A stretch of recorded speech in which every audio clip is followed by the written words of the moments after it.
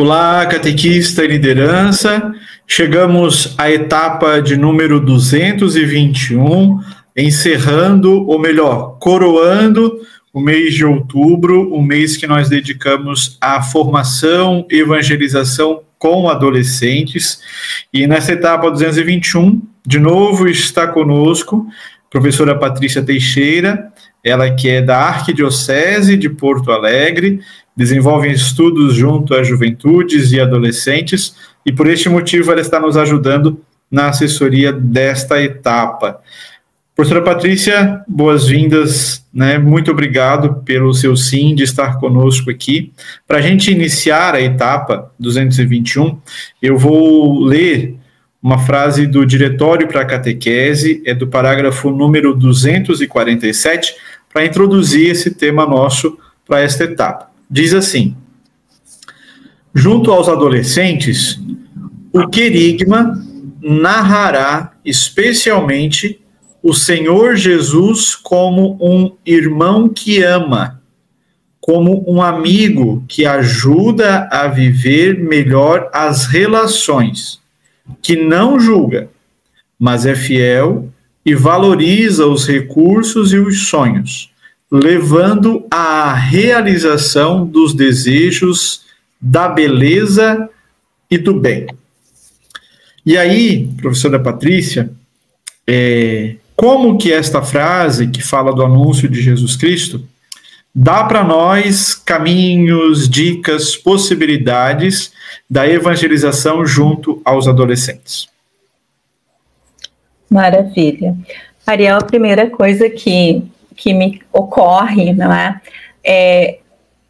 A catequese é o lugar privilegiado de se falar em Jesus Cristo, de se apresentar Jesus Cristo. Claro que a liturgia também vai apresentar Jesus Cristo, né? O Cristo Eucarístico, o Cristo na comunhão, nós vamos ter a presença de Cristo de diversos modos, mas o anúncio declarado de Jesus Cristo, semanalmente, cotidianamente, de fato, é na catequese que isso se faz, é a via privilegiada. Né? Agora, que rosto de Jesus Cristo? Que Jesus Cristo? Jesus é um. Jesus é um só. Esse Cristo, esse Jesus Cristo, que caminhou com os discípulos, que chamou os seus discípulos, que ensinou o povo, filho de Maria, filho de José, esse que chorou sobre Jerusalém, esse que foi crucificado, esse que ressuscitou, esse Jesus, em suas diferentes vivências apresentadas no Evangelho, ele precisa ser apresentado nessa riqueza de detalhes que o Evangelho nos traz. Sei que vocês desenvolvem a leitura orante, isso também aqui, não é? A gente faz, mas tem uma forma, eu digo, de apresentar esse Jesus. Né? Eu posso, gente, isso com criança e com adolescente, eu posso falar coisas profundíssimas de Jesus Cristo sem ter em mim ainda imbuído essa verdade, sem que esse conhecimento seja parte dos meus próprios dias. Eu posso fazer oração sem fazer oração diariamente, inclusive. E aqui é que faz toda a diferença. Porque para nós, Jesus Cristo não pode ser só um saber. Jesus Cristo é nosso mestre, é nosso pedagogo. É aquele que nos ensina e nos forma como catequistas, e por que nos ensina e nos forma? Porque cremos, nós anunciamos. E aqui faz toda a diferença. O adolescente, isso é muito interessante na adolescência, porque a criança, quando a criança não está muito certa do que está vindo, ela às vezes, porque confia na pessoa, né, no catequista, na pessoa que ali está, ela vai levando. O adolescente não é assim. O adolescente, a primeira coisa que ele vai tentar buscar é a coerência de vida. Então eles vão, à medida que eles vão escutando, eles vão recordando Como é que está sendo feito esse anúncio? Como é que eles veem o povo cristão? Como é que eles veem as coisas serem preparadas? Como é que eles veem quando acontece um conflito, alguma coisa? Como é que são mediadas essas relações? Então, o adolescente é um ser que busca a autenticidade entre o que se diz e o que se é. Isso é muito, muito próprio, assim, do universo adolescente. Nós éramos assim, gente. A gente, quando brigava, às vezes, com pai, com mãe, fazia enfrentamentos de autoridade, é porque a gente estava questionando uma coerência. Não era uma coisa assim tão é revoltado porque é revoltado. Não, muitas vezes a gente queria entender processos que não eram claros para nós, né? Então, nós vivemos isso, porque é próprio da adolescência testar a coerência, né? Então, ele vai sempre buscar a coerência entre o que se diz e o que se é. Em relação a Jesus, Jesus, gente, no Evangelho, vale muito a pena buscar as passagens em que Jesus está com o jovem. A passagem do jovem rico, o deixai vir a mim as criancinhas, não é? Para fazer também uma relação aqui de cuidado, de proximidade, de afeto, né, e de desenvolvimento. O seu discípulo João, jovem discípulo João, que correu mais rápido para chegar lá a ver o mestre ressurrecto, né, quando da ressurreição, e esperou Pedro chegar, né? Então, essas passagens, os jovens de Emaús, jovens caminhantes de Emaús, em que Jesus ia ensinando, retomava as escrituras, até que parte pão, até que tem todo esse processo de se aproximando, até que se concretiza uma relação, né? Então, é importante essa face de Jesus que caminha com, que é próximo, que é amigo, e que por ser esse Senhor amigo, mestre e amigo também de nós mesmos, a gente consegue aí mais genuinamente também apresentar aos nossos adolescentes, né? É uma busca da nossa parte, a nossa coerência de fé sempre vai ser uma busca do minuto a minuto do nosso dia a dia, mas os jovens com certeza não só merecem, como eles precisam essa verdade em nós também, e de conhecer esse Jesus Cristo amigo, próximo da juventude. As histórias dos santos jovens, sabe? É isso que conecta com esse momento de vida e com essas inquietações de vida. Eu sou uma pessoa que se converteu conhecendo a história de Francisco de Assis, né, como um jovem, né? Então, muitas pessoas são assim. E os nossos jovens aí que estão na catequese, com certeza, são muito abertos a conhecer essas histórias, essas memórias, essa verdade para este tempo também, mas com essa pauta, sabe, de raiz de vida aí, que se conecta com Jesus Cristo, nesse Deus que sim, né, é divino e é humano, que caminha conosco e com eles. Patrícia, e agora nessa fala de transmissão de fé com os adolescentes, como é que nós, catequistas, podemos nos aproximar e caminhar junto com as famílias nessa transmissão de fé? Excelente pergunta, Tayana, porque às vezes é mais fácil tratar com o adolescente às vezes do que com as famílias, a gente sabe. Com certeza. Os desafios são muitos. Gente, famílias, não é?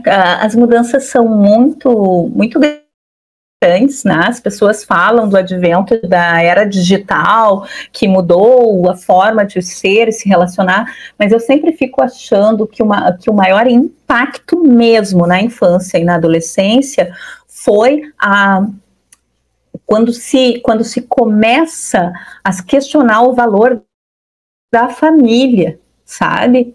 Porque pela família, a família é um ninho acolhedor. Quando o ser entra no mundo, ele entra num ninho acolhedor. Deve ser um ninho de acolhimento, que é a família. Assim como acolhe, é o que investe, que envia, que vai, né? Cresce, vamos lá, vai conhecer o mundo, vão conhecer outras relações, vai desenvolver o seu conhecimento, vai desenvolver a fé, ou se não desenvolver a fé conscientemente, se não tem essa visão, né, mas vai fazer parte vai fazer parte disso que está sendo oferecido, né? A família, ela tem uma função insubstituível, gente. Por mais que nós, catequistas, educadores, párocos, sejamos pessoas excelentes no nosso ser, no nosso fazer, no nosso desenvolver, enfim, ainda assim, a ausência e a presença de uma mãe, de um pai, de um irmão,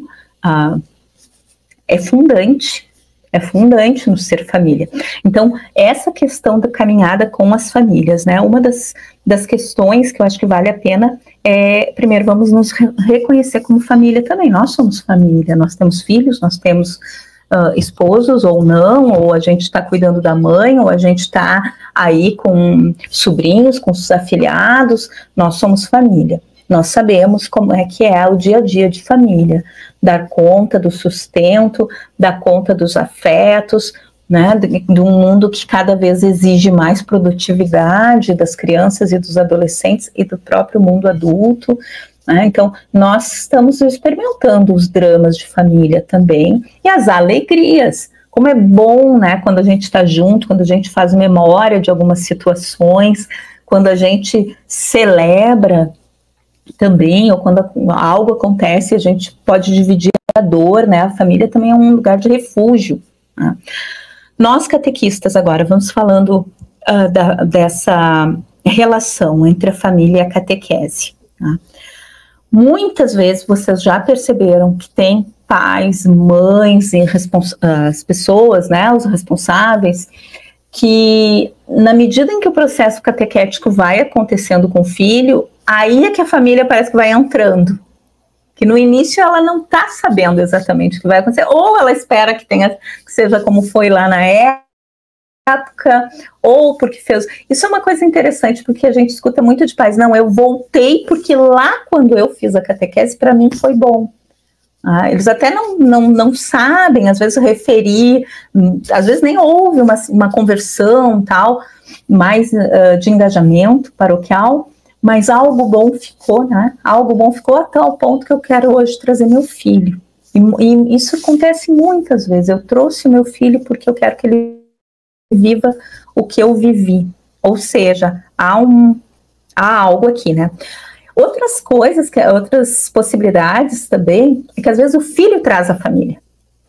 Não, mãe, eu tenho que ir porque o meu colega está indo, porque está todo mundo indo, eu também quero ir, e aí o filho puxa a frente. Eu vou estar na missa, e eu vou cantar na missa, daqui a pouco eles já começam, e a missa vai ter um momento, e aí eu vou cantar, e eu vou aprender a tocar violão, e eu vou indo, e a família acaba vindo junto, para saber, tipo, né, quase como de atrás do processo. Por mais que a gente ache isso bem atravessado, equivocado, talvez, né? Não está bem linear, mas uma coisa que eu aprendi é que o Espírito Santo fala só para onde quer. Muitas famílias só vão ver o valor da catequese, do momento, depois que o menino comungou. Depois que aconteceu tal coisa. O que eu vejo é que a gente precisa fazer, sim, um movimento de sempre trazer a família para junto, fazer os encontros, cuidar, gente, porque às vezes as famílias se afastam por coisas muito práticas. Reunião de 2 horas, que podia ter decidido em 15 minutos alguma coisa, ou informado em 15 minutos, né? Agendar reunião à noite em local...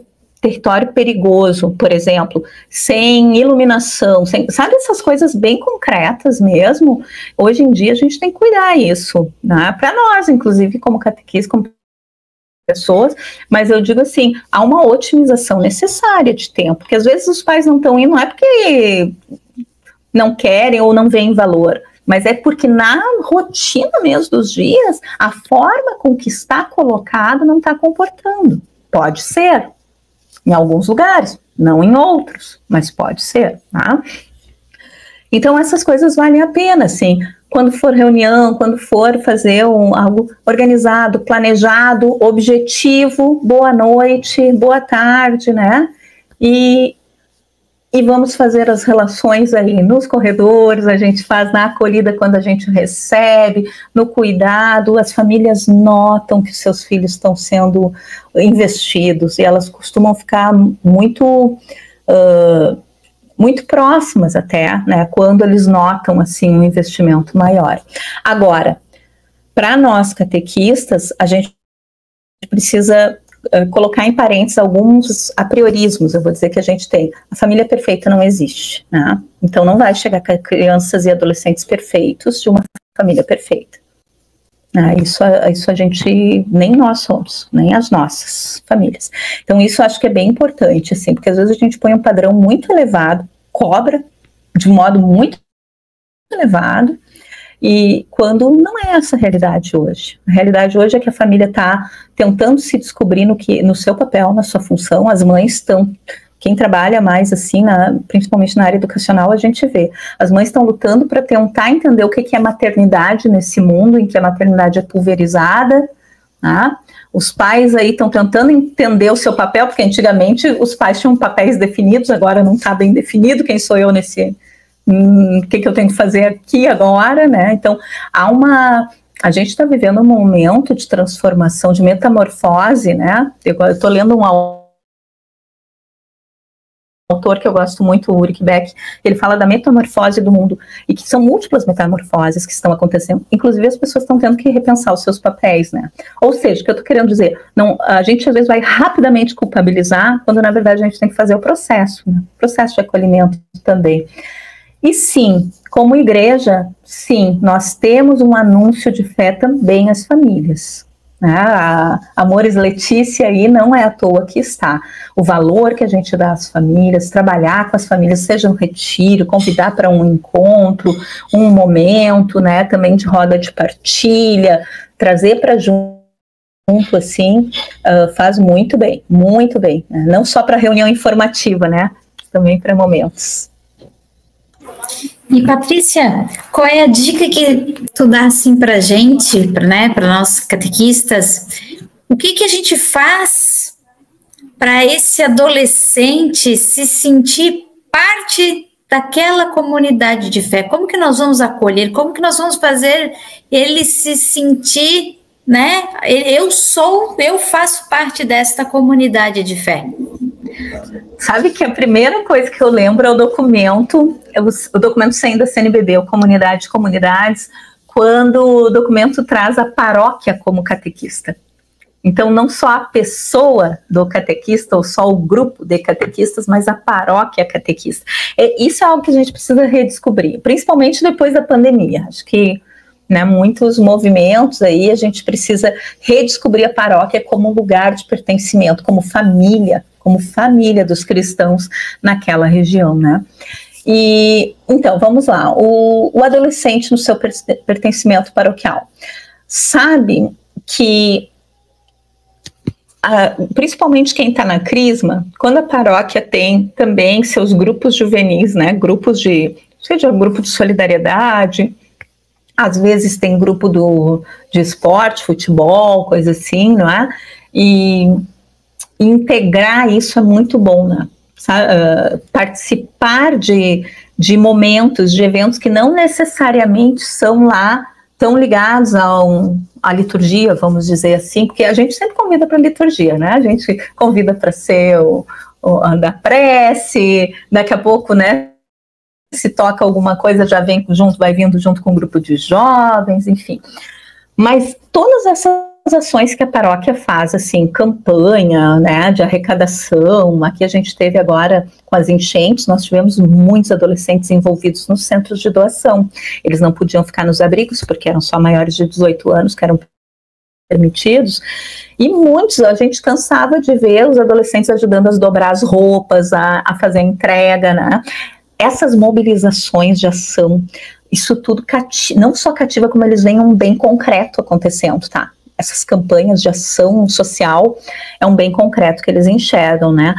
Um dia, uma tarde, que a gente vai trabalhar numa creche ou numa casa geriátrica, a gente vai fazer alguma ação, isso é bem concreto, eles costumam se sentir muito pertencentes disso, tá?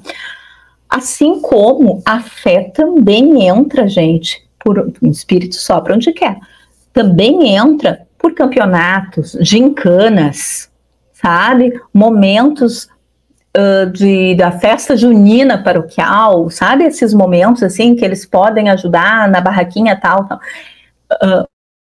O que eu quero dizer é que, às vezes, a gente acha que protagonismo juvenil é algo que tem que brotar deles e só deles, né? Que é quase que um carisma próprio. E não, o protagonismo, o pertencimento, ele vai sendo muito desenvolvido nesses pequenos engajamentos que se tem. Vai ter lá o dia do churrasquinho. Aqui a gente tem o galeto e o churrasquinho, a nossa cultura, né? Vocês com certeza têm ali também as culturas. Pois é, o momento do jovem ajudar lá em determinadas vezes, alguns aprendem a cozinhar, inclusive, dentro desses espaços, sabe? É fazer da igreja, da paróquia, uma casa dessa comunidade. Os filhos, eles vão se reconhecer nessa casa, se essa casa for aberta aos filhos, né? Patrícia, então, para finalizarmos essa etapa, eu peço que a Patrícia, estudiosa e pesquisadora, né, da juventude, deixe uma mensagem para nós catequistas e lideranças. Sem dúvida, sim. O papel que vocês desenvolvem, que nós desenvolvemos, ele é basilar na vida das pessoas.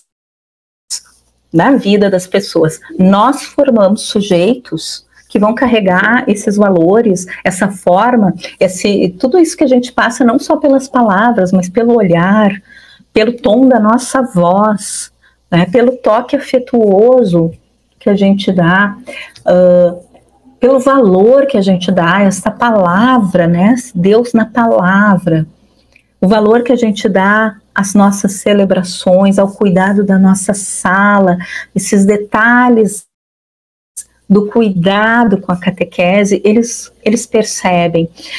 E muitas vezes eles não falam. Adolescente, gente, diferente de criança, porque criança é muito espontânea. Criança, né? Por que isso, tal coisa? Por que a planta foi para cá e não está aqui? Por que tu veio com esse sapato hoje? Né? Criança nota tudo e fala tudo. O adolescente não.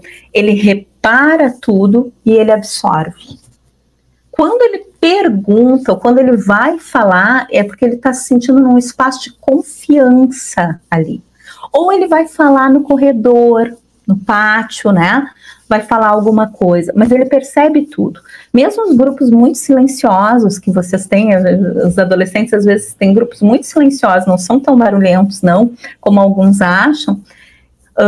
Pode ter certeza que ali tem muita coisa que foi observada, que está sendo meditada, que demora muitas vezes, né, a ser processada, porque eles estão fazendo comparativos, vendo se ok. A fé do adolescente, ela funciona muito com comparativos, muito. Então, mas ele não veio de casa com determinadas saberes ou com determinada consciência, mas isso só implica dizer, né, que nós temos um universo para mostrar para eles, um mundo que eles não conhecem, e isso pode despertar, e sim, muita curiosidade, muito mesmo. Aquela ideia, gente, que porque não teve, não vai conseguir, isso é fórmula matemática, né? A fórmula matemática funciona assim, isso mais isso igual aquilo. Pessoa, não. Pessoa, há inúmeras possibilidades de mudar e de se converter, é isso que a nossa fé, inclusive, diz. Então, mesmo aqueles que não tiveram, de repente, uma vivência familiar ou tantas outras coisas, ou uma catequese de primeira Eucaristia, como a gente imagina, ainda assim, enquanto está conosco, pode sim, abrir um mundo, um universo a ser conhecido da fé católica aí para esses jovens. Alguns, gente, vai passar a catequese, eles vão procurar depois, eles vão lembrar daquela passagem, daquele dia que eu vivi aquilo, né? Porque na catequese o mais importante é que as experiências sejam significativas, cheias de sentido em Deus, cheias do sentido comunitário, né? E do sentido do amor, que é isso que nos une, na verdade, é a sede de todos nós, inclusive dos nossos adolescentes. Patrícia, então, em nome de todos os catequistas, eu quero te agradecer. Foram 2 etapas, assim, maravilhosas. Você transmite o seu conhecimento com muito amor, e isso é tão legal, é tão gostoso ouvir quem fala desse jeito. Então, mais uma vez, muito obrigada. Espero encontrá-la em outras etapas, que a gente tenha esse privilégio de ouvir você falando conosco mais tantas e tantas vezes que forem necessárias e possíveis. Muito obrigada mesmo. Eu que agradeço o carinho do convite. Um grande abraço. Obrigada. E você, catequista e liderança que nos acompanha, fique agora com a nossa leitura orante da Palavra de Deus. Olá, catequista e liderança. Depois de aprendermos vários conteúdos e principalmente vermos as posturas e atitudes em relação à evangelização com adolescentes, chega o momento da nossa leitura orante, rezarmos o texto bíblico do domingo anterior. Estamos no capítulo 10 do Evangelho segundo Marcos, versículos 46 a 52. Tome a sua Bíblia, faça um instante de silêncio. Evangelho segundo Marcos, capítulo 10, versículos 46 a 52. Nestes versículos vamos identificar as personagens, também prestar atenção nos lugares, como o texto se desenvolve, e temos 3 perguntas para responder. Qual a cidade e quem estava à beira do caminho onde Jesus passava? Quem estava ali era um homem e o que ele pediu a Jesus? O que Jesus nos ensina, ou melhor, o que Jesus diz no versículo 52. Respondendo estas perguntas, podemos agora dialogar com a palavra. Vamos prestar atenção em cada frase destas explicações que seguem aqui. Você precisa lembrar dos textos bíblicos dos domingos anteriores. Neste mês de outubro, Jesus se dedicou a nos ensinar o nível da conversão, ou nos ensinou a rever todas as nossas atitudes quando lideramos pessoas, quando temos que liderar a nós mesmos, quando precisamos fazer escolhas. E neste domingo que passou, os ensinamentos de Jesus contra o acúmulo e contra o poder chegam no ponto central. Com a imagem do mendigo e com a representação da exclusão deste homem, Jesus ensina para nós diferentes posturas. Convidamos que você leia cada uma das 4 indicações, as 4 explicações deste quadro, dialogando com a palavra, e depois sublinhe na sua Bíblia o versículo 50. Este versículo nós vamos meditar durante a semana. E agora, no nosso momento final, catequistas em oração. Ó Deus, que nos chamas para anunciar o teu reino, faz que sejamos catequistas convictos da vocação e da missão a nós confiadas, anunciadores da esperança e da paz. Concede que o Evangelho de Jesus Cristo, teu Filho e nosso irmão, seja anunciado por meio de nossas palavras e atitudes, e sobretudo, pela nossa maneira de amar. Amém.